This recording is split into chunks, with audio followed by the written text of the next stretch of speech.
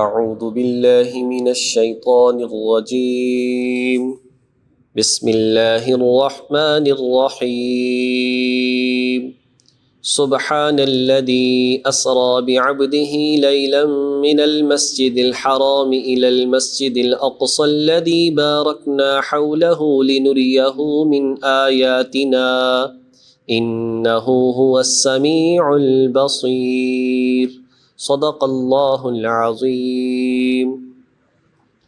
سبحان الذي پاک ہے وہ ذات، اسرا جو لے گئی بعبدہ اپنے بندے کو، لیلاً راتوں رات، من المسجد الحرامی مسجد حرام سے، الی المسجد الاقصی مسجد اقصی تک، الذی بارکنا حولہ وہ مسجد اقصی کہ جس کے ماحول پر ہم نے برکتیں نازل کی ہیں، لنریہ من آیاتنا تاکہ ہم انہیں اپنی کچھ نشانیاں دکھائیں، انہ هو السمیع البصیر بے شک وہ ہر بات سننے والی، ہر چیز دیکھنے والی ذات ہے۔ اس سے قبل ہم اس سورہ مبارکہ کے تعارف میں مختصراً واقعہ معراج کو سن چکے ہیں۔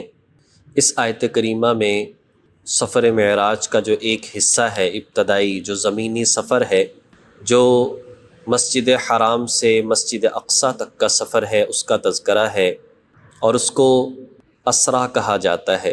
اور پھر مسجد اقصی سے جو عرش معلی تک کا سفر ہے، اس کا تذکرہ سورہ نجم میں ہے، 27ویں پارے میں، اس کو معراج کہا جاتا ہے۔ سارے سفر کو سفر معراج بھی کہہ دیا جاتا ہے، حضور کا معجزہ معراج بھی کہہ دیا جاتا ہے۔ بہرحال تو اس کے اندر ذکر فرمایا اللہ تبارک و تعالیٰ کی ذات بڑی پاک ہے جو اپنے بندے کو لے گئی۔ عبد کہا جاتا ہے اس بندے کو، اس ذات کو جس میں روح موجود ہو۔ گرامر کے حوالے سے اس سے پتہ چلتا ہے کہ نبی علیہ الصلاۃ والسلام جو معراج پر گئے تو وہ دنیاوی جسم کے ساتھ تشریف لے گئے تھے، راتوں رات۔ بعض لوگ کہتے ہیں کہ جی وہ رات بہت لمبی کر دی گئی تھی، 18,000 سال لمبی رات کر دی گئی تھی، ایسی بات نہیں ہے۔ اللہ کی ذات لے جانے والی ہے، رات کے ایک حصے میں یہ سارا واقعہ پیش آیا۔ اللہ تبارک و تعالی بہتر جانتا ہے، چونکہ لے جانے والی ذات اللہ کی ہے، اس لیے کوئی اشکال نہیں ہونا چاہیے کہ عقل اس بات کو نہیں مانتی۔ اللہ تو ہر چیز پر قادر ہے، اور چونکہ یہ معجزہ ہے تو اس وجہ سے کوئی بھی بات دل و دماغ کے اندر نہیں آنی چاہیے کہ ایسا نہیں ہو سکتا۔ معجزہ ہوتا ہی وہ ہے جس کو عقل تسلیم نہ کرے، لیکن چونکہ اللہ کی ذات نے فرما دیا، قرآن میں آ گیا، احادیث میں موجود ہے، اس لیے مانے بغیر ہم مسلمان ہو نہیں سکتے۔ تو اللہ تبارک و تعالیٰ کی ذات پاک ہے جو اپنے بندے کو لے گئی مسجد حرام سے مسجد اقصی تک۔ مسجد اقصی بیت المقدس بھی اس کو کہا جاتا ہے، القدس فلسطین، وہاں پر یہ موجود ہے۔ نبی علیہ الصلاۃ والسلام نے ارشاد فرمایا 3 مساجد ہیں جن کی طرف سفر کرنا باعث برکت ہے، اس میں ایک مسجد حرام ہے، اور ایک میری مسجد مسجد نبوی ہے، اور تیسری مسجد اقصی ہے، مسلمانوں کا قبلہ اول، کہ جب نبی علیہ الصلاۃ والسلام ہجرت کر کے مدینہ منورہ تشریف لائے تو کم و بیش 17 ماہ تک مسلمانوں نے اس کے طرف رخ کر کے نمازیں پڑھیں، اور اس کے بعد پھر خانہ کعبہ کو قبلہ بنا دیا گیا۔ تو اس لیے چاہے یہود ہوں، نصارہ ہوں، مسلمان ہوں، سبھی اس کو بڑا مقدس سمجھتے ہیں۔ احادیث مبارکہ میں اس کی بڑی فضیلت بیان فرمائی ہے، اس جگہ کی، فلسطین کی، جو شام کا ایک علاقہ ہے، بیت المقدس، اور یہودیوں کا بھی یہ قبلہ ہے، نصارہ کا بھی یہ قبلہ ہے۔ تو اللہ تبارک و تعالیٰ نے فرمایا کہ اس کا آس پاس بڑی برکت والا ہے۔ آس پاس برکت والا اس وجہ سے ہے، ایک تو ظاہری طور پر اس کی جگہ بڑی زرخیز ہے، بہت سارے باغات، درخت، چشمے بہت زیادہ ہیں، اور دوسرا یہ ہے کہ آس پاس بہت سارے سینکڑوں انبیاء علیہم الصلاۃ والسلام کی قبریں موجود ہیں، اس لیے یہ جگہ سرزمین انبیاء کہلاتی ہے۔ انبیاء علیہم یہاں مدفون ہیں، اور ظاہر ہے کہ وہ بہت بڑی برکت کا سبب ہے۔ اور کہا کہ ہم اس کے ذریعے سے آپ کو کچھ نشانیاں دکھانا چاہتے ہیں۔ اس میں معراج کی طرف اشارہ ہے کہ نبی علیہ السلام کو اللہ تبارک و تعالیٰ اپنی کچھ نشانیاں دکھانا چاہتے ہیں، اور اللہ کی ذات خوب سننے والی ہے، اللہ تعالیٰ ہر چیز کا دیکھنے والا ہے۔ وَآتَيْنَا مُوسَى الْكِتَابَ، اور ہم نے موسیٰ علیہ السلام کو کتاب دی، یعنی کہ تورات دی۔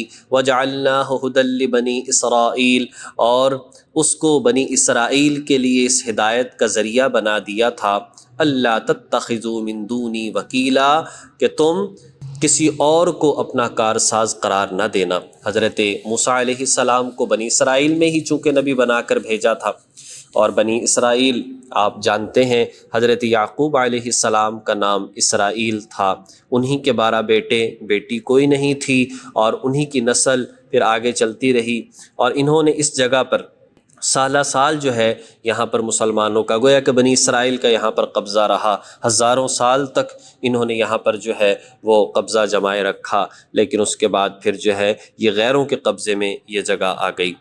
تو بنی اسرائیل، اللہ تعالیٰ فرماتے ہیں کہ موسیٰ علیہ السلام کو ہم نے ان میں بھیجا، کتاب عطا فرمائی۔ کتاب کا آنا، موسیٰ علیہ السلام کا آنا بہت بڑی ہدایت کا ذریعہ تھا، اور وہ کیا تھی کہ اے لوگو، اللہ کے سوا کسی اور کو کارساز نہ بنانا، یعنی شرک سے بچنے کی ہدایت کی گئی۔ شرک سے بچ جانا بہت بڑی بات ہے۔ ذریۃ من حملنا مع نوح، اے ان لوگوں کی اولاد جن کو ہم نے نوح کے ساتھ کشتی میں سوار کیا تھا۔ اللہ فرما رہے ہیں کہ اے لوگو، تم ظاہری بات ہے انہی کی اولاد ہو جنہیں نوح علیہ السلام کے ساتھ کشتی میں سوار کر دیا گیا تھا، اس لیے کہ ان کے علاوہ باقی تمام لوگوں کو فنا کر دیا گیا تھا۔ ہم بھی انہی کی اولاد میں سے ہیں۔ تو اللہ فرما رہے ہیں کہ دیکھو، نیک لوگوں کے ساتھ انبیاء کے طریقے پر چلنے والے ہی کامیاب ہوتے ہیں اور بچتے ہیں۔ لہٰذا دیکھو اللہ نے کتنا بڑا احسان کیا، تمہیں زندگی عطا فرمائی۔ تمہارے باپ دادا اگر ایمان نہ لاتے، اللہ ہدایت نہ دیتا، تم بھی آج نہ ہوتے۔ تو اللہ تعالیٰ کے ذات نے کرم فرمایا، احسان فرمایا، لہذا شکر ادا کرو۔ انہ کان عبدا شکورا، اور نوح علیہ السلام یا وہ لوگ جو کشتی میں سوار ہوئے وہ بڑے شکر گزار بندے تھے۔ حضرت نوح علیہ السلام سب سے پہلے بہت شکر گزار بندے تھے، بہت ستایا گیا، بہت پریشان کیا، لیکن اللہ تبارک و تعالیٰ کی توحید پر قائم رہے اور لوگوں کو پیغام پہنچاتے رہے۔